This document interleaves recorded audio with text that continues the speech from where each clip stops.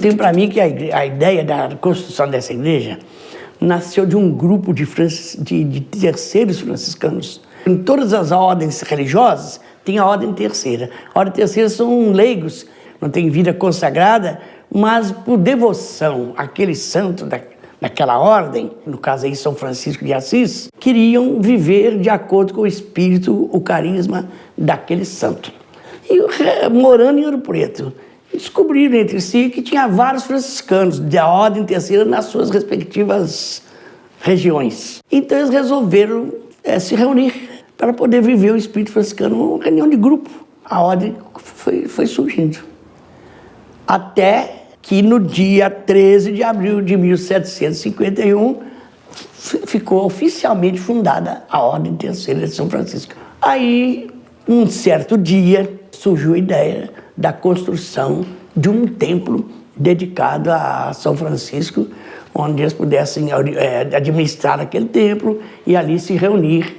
E esse início da construção se deu em 1765, 14 anos depois da fundação da Ordem.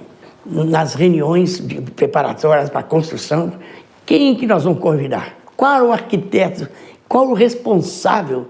Foi indicado Antônio Francisco Lisboa, o Aleijadinho, que era jovem, ainda desconhecido, tinha feito pequenas obras, como uma de pedra lá no Padre Faria e outra. Não, ele é um talento.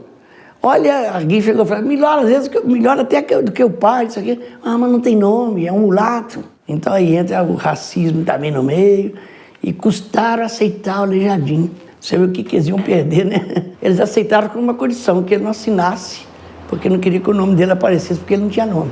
É uma das obras do Aleijadinho, é aquela do Aleijadinho, é quase toda dele. E coube ao próprio Aleijadinho convocar artistas para trabalhar com ele, né?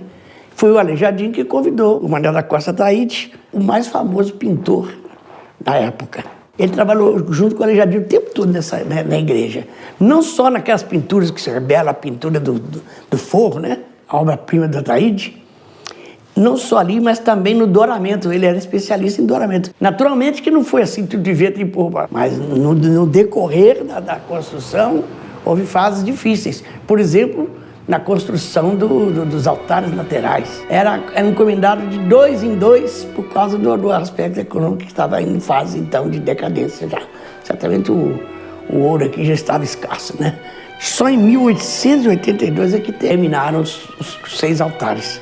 Aleijadinho já tinha falecido há algum tempo.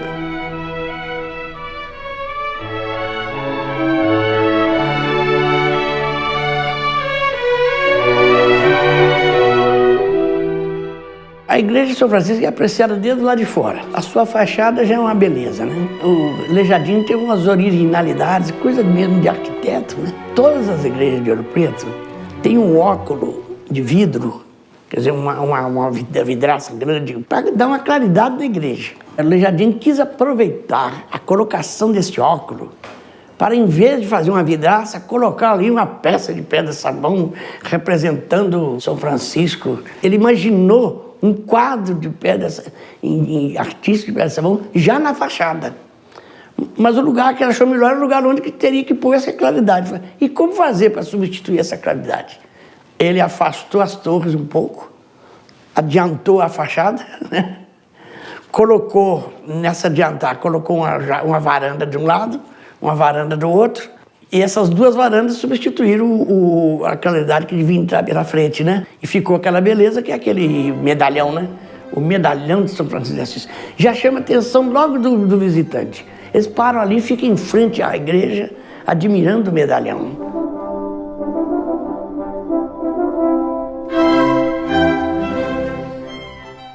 Ao entrar na igreja, até os dísticos em latim, tudo, tem uma sequência muito bonita.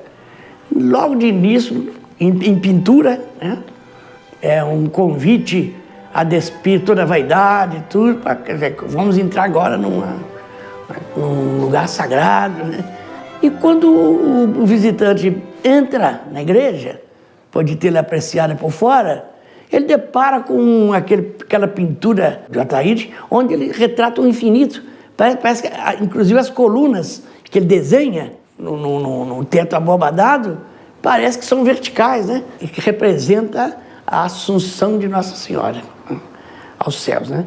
Rodeada de santos, de santos da ordem, para representar ali, e anjos por toda parte, anjos tocando vários instrumentos. Todas as outras igrejas, os dois púlpitos são na nave central. Ele não, ele pôs os dois púlpitos no arco cruzeiro. E a decoração do púlpito. São famosíssimos esses púlpitos de São Francisco.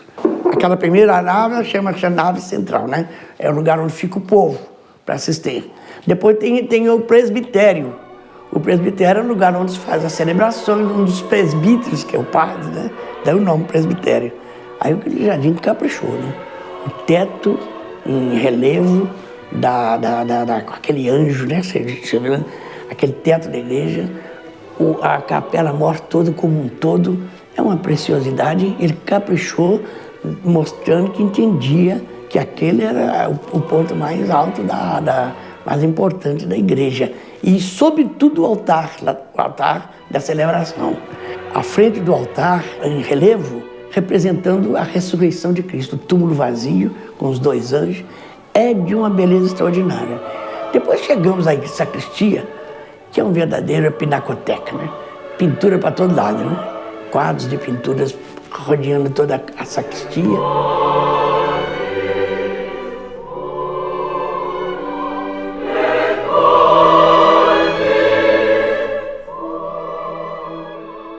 Eu me chamo Francisco. Meu pai chama Francisco. Tem um tio que era Francisco. A minha devoção a São Francisco vem de criança. E eu sempre fui devoto de São Francisco e admirador, como acho que todos nós aqui somos, né? Até os não católicos admiram São Francisco. Filho um dos mais ricos comerciantes, né, de Assis, e se tornou o pai da pobreza, né? E deixou tudo de lado para viver essa pobreza franciscana, né? Eu comecei a ser coroinha com 6 anos de idade, não sabia nem ler. E a missa era em latim, tudo em latim. Então eu queria igual papagaio, né?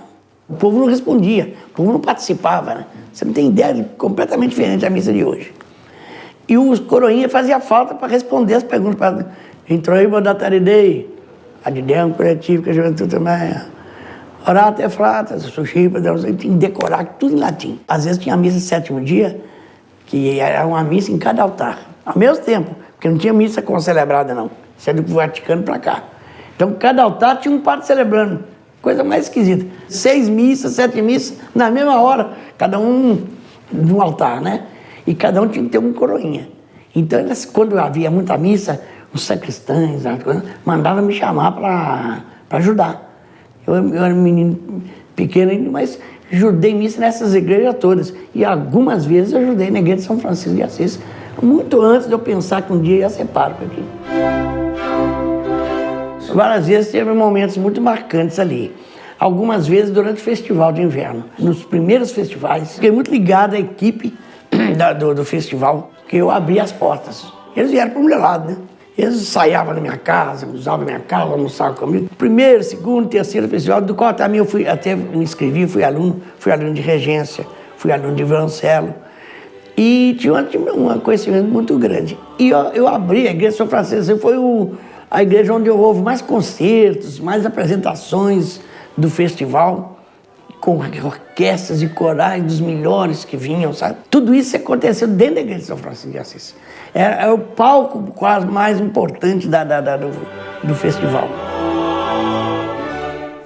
Agora, como ouropretano nato, e tendo sido pároco aqui esse tempo todo, também um santo orgulho de ter essa preciosidade aqui na nossa cidade, como qualquer um teria se na sua terra tivesse uma igreja igual a São Francisco. É importante não só pela sua história, pela arte que ela. Então, é um orgulho de nós ouropretanos. Eu vejo a igreja de São Francisco de Assis como um presente de Deus.